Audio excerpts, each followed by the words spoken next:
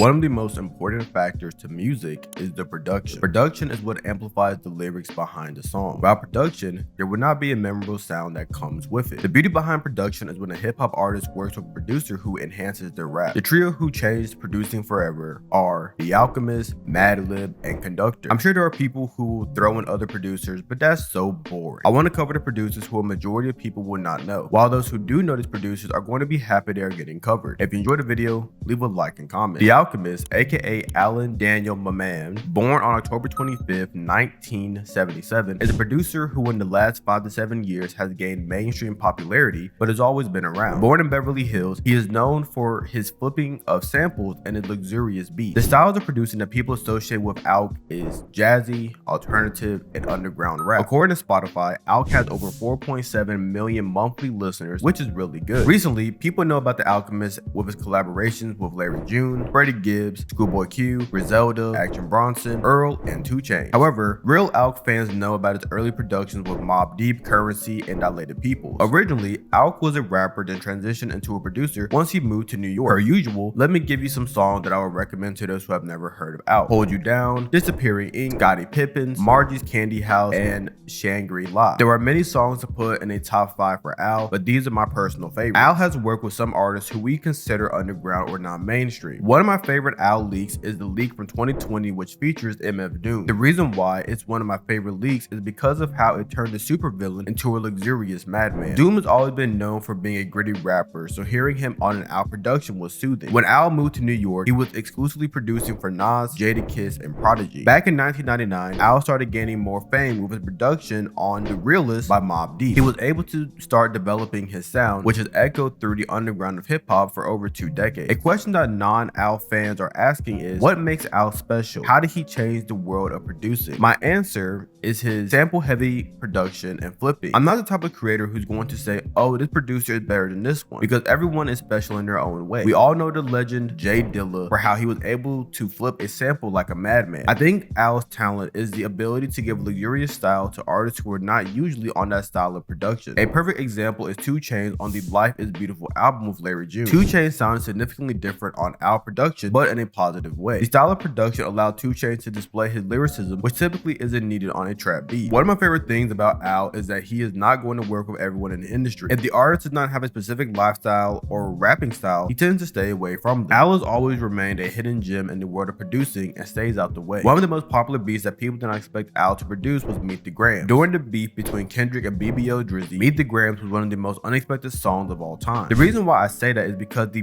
beat felt spooky or evil, almost as if you were visiting a funeral or stuck in a universe with Michael Myers. Nobody knew who made the instrumental until Al tweeted a cryptic message confirming he was the producer, which surprised a lot of people and the type of production that fits a rap about drinking smoothies and Target runs. In 2025, Al and Freddie Gibbs got nominated for a Grammy, which is a crazy accomplishment. Al will be credited for creating some of the illest beats in hip-hop. Now let's talk about the legend who produced one of the greatest hip-hop albums ever, Madlib. I discovered Madlib when I was going down my MF Doom arc and discovered Mad Villainy. I believe Mad Villainy is a perfect album from beginning to end. Where are my manners? Let me give one of the legends a proper introduction. Madlib, aka Otis Lee Jackson Jr., aka Quasimodo, born on October 24th, 1973, is one of the most influential producers in hip-hop. Madlib has over 3 million monthly listeners on Spotify, which is really impressive. Most popular for his collaboration with MF Doom as Mad Villain, Jay Dilla as J Lib, Freddie Gibbs as Mad Gibb, Talib Kweli, and Erykah Badu. The Mad Villainy is the album that put Madlib on the map. Some of my favorite songs from Mad Villainy are Fancy Clown, Accordion, All Cap, Rhinestone Cowboy. In fact, the entire album is just perfect. The perfect evil accomplice to the supervillain. Madlib also worked on Freddie Gibbs' Pinata and Bandana, which many people were a fan of. Many people do not know that Madlib moved away from hip-hop in 2001, but would eventually come back in 2003 for J Dilla. The fusion of J Dilla plus Madlib became J-Lib, which released Champion Sound, which has some absolute bangers. One of the craziest instrumentals to ever exist, and I put that on the Dead Homies, is Stars. Stars is simply a song that comes from the heaven and has never been replicated. In 2004, Madlib became a pivotal part of the Stone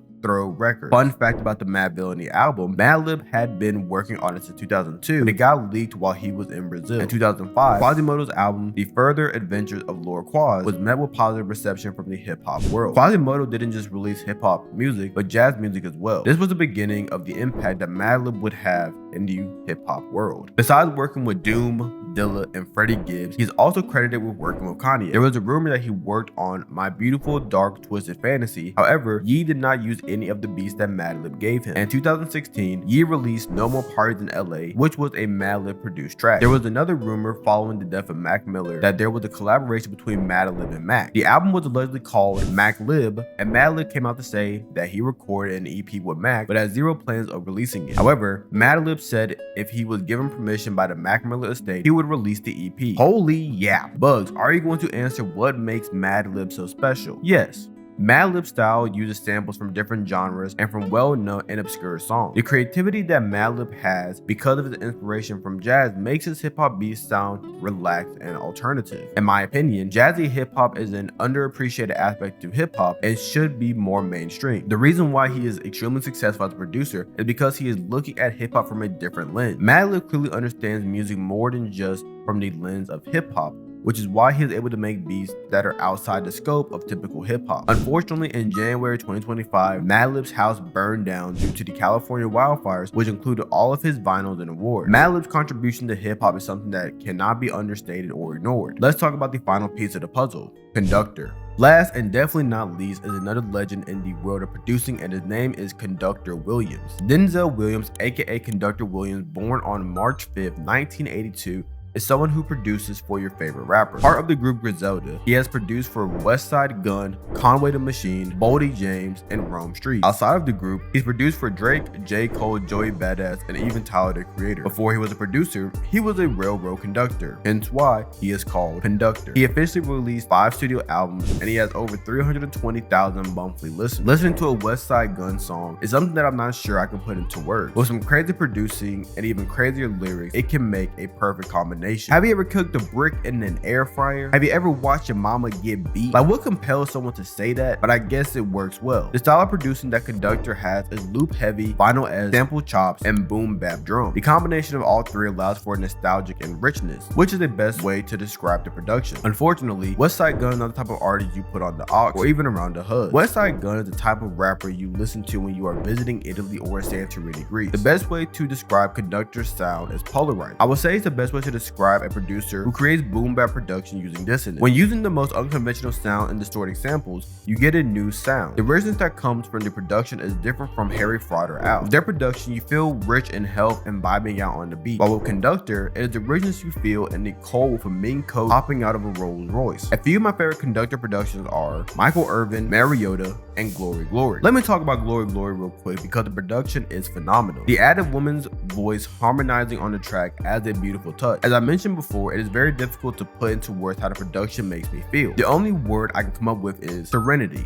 This is the type of production you play when it's 4:56 p.m. on a Monday, the sky is still blue, but the sun is setting. A smooth song that you will bop your head to on some low-key ski. The production is one, if not the most important aspect to a song. It either elevates a song or ruins the song. The production of a song is one of my favorite parts because it shows the creativity behind it. Whether it is trap, jazzy, boom bap, etc. I love how a producer is able to create the song or flip a sample. Some of the best rappers did not have the best production and it still worked out. A great example being Lil Wayne, mainly because there was not a certain style that fit his category. I do not think anyone in the trio could have made consistent beats that would have worked with Lil Wayne's style. Not because they are not talented enough, but because their sound does not work with his lyrics. When you have a rapper who has great lyrics with bad production, that can always change. However, if you're a bad rapper with great production, then it's a waste of a beat. Unfortunately, some rappers trap themselves into one style of rap, which does not allow them to move to other producers or sounds. Many Atlanta artists struggle with this when they box themselves into the category of trap music. Most of these rappers will rely on Metro Boomin, Sunny Digital, ATL Jacob, etc. because those are the most popular trap producers. Often the songs sound the same after a while, which can lead to listeners getting tired of listening. Lil Baby, 21 Savage, and Roddy Ricch suffer from this issue. Regular hip-hop listeners do not care who the producer is and typically don't have the ear to notice the complexity of the production. This is not really fair for me to say with someone with a background in music and a general music head. I always look at the full picture of the song and not just the surface level. Whether this is me recognizing certain tempos, keys, etc. It allows me to appreciate the song even more. Also, I feel this allows myself to discover more music once I find a sound I enjoy quite a bit. Easily with the trio I spoke about, if I didn't discover Al, I wouldn't have dug deeper into boom bap style of beats and even luxury production. This is why people who listen to music, specifically hip hop, need to do their homework and look deeper than the surface.